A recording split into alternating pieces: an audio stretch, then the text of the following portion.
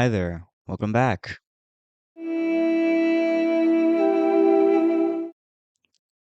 If you're anything like me or most people, you probably wouldn't enjoy being tortured to death.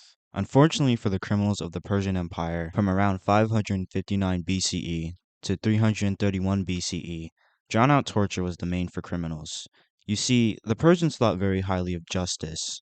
They were incredibly methodical when it came to deciding the fate of an offender.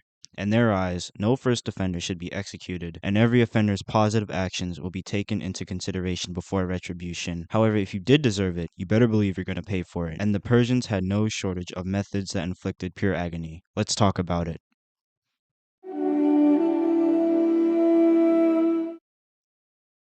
In the Persian Empire, asphyxiating someone with ashes was seen as one of the worst punishments possible. Because of this, it was set aside for those who committed only the vilest of crimes. For example, crimes like high treason or offending the gods will result in the offender spending the rest of their very short life in a dry, ashy burial. The Persians had a giant 75-foot tower specifically designed to carry out this punishment, and it contained nothing but ashes and wheels. The victim was tossed into the ashes from the top of the tower and broke several bones. As the victim writhed around in pain, the executioners turned the wheels to ensure they couldn't escape and to force them to inhale the ashes and slowly suffocate. The first person to die of this method was presumably a man named Sogdianus in 423 BCE. He was found guilty of killing his half-brother Xerxes II. Another one of Sogdianus' half-brothers, Ochus, carried out the sentence.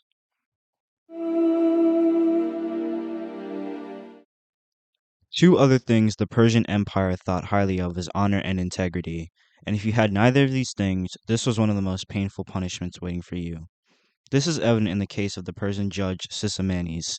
Sisamanes was caught taking a bribe and delivering an unjust verdict, so the king of the time, Cambyses II, from 530 BCE to 522 BCE, decided to make an example out of him.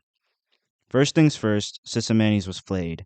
Now, if you've seen the entirety of the show Game of Thrones, which I mean, who hasn't at this point, you probably remember the character Ramsay Snow slash Bolton being notorious for flaying his enemies.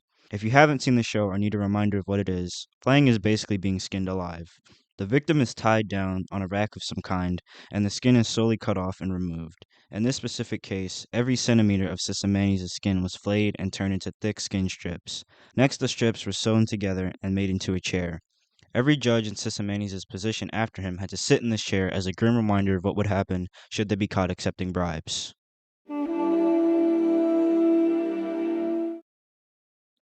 This punishment was primarily used on thieves. In today's day and age, being a thief won't guarantee you a prison sentence. In fact, back then in most other societies besides the Persian Empire, being a small thief wasn't a huge deal. The convicts were usually given community service or small suspended prison sentences. However, in the Persian Empire, you would be begging for prison or community service if you got caught stealing. First, the thief was brought to a spot where two trees were close together.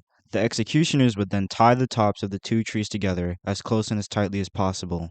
But each of the offender's legs would be tied to a different tree.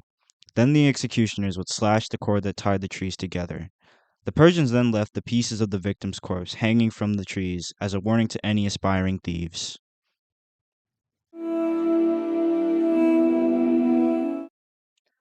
This one is slightly more complicated because it was carried out a different way in a few separate stories. In the ancient Persian Empire, some monarchs believed enemies deserved to die more than once and did everything to prolong the pain of their victims for as long as possible. Each death needed to be brutal and basically barbaric. One such royal that ordered the triple death was the wife of King Cyrus the Great. It is unclear what the victim did to anger her, but the punishment was clear. First, the victim's eyes were pulled out of his head, but it was done in a way where he remained alive. Then he was flayed, but the queen wasn't going to let him die quite yet as he was nursed back to health. Finally, he was crucified. The second case of the triple death I found involved a Carian that hit the king of the time in the back of his knee with a dart. The king then fell, hit his head, and eventually died from his injuries. The Carian foolishly gloated about his actions, and the king's mother, Parysatis, ensured he suffered for his grave mistake. The Carian was placed on a wheel in the searing sun for 10 days. After that, his eyes were gouged out. To conclude his torment, molten brass was poured in his ears.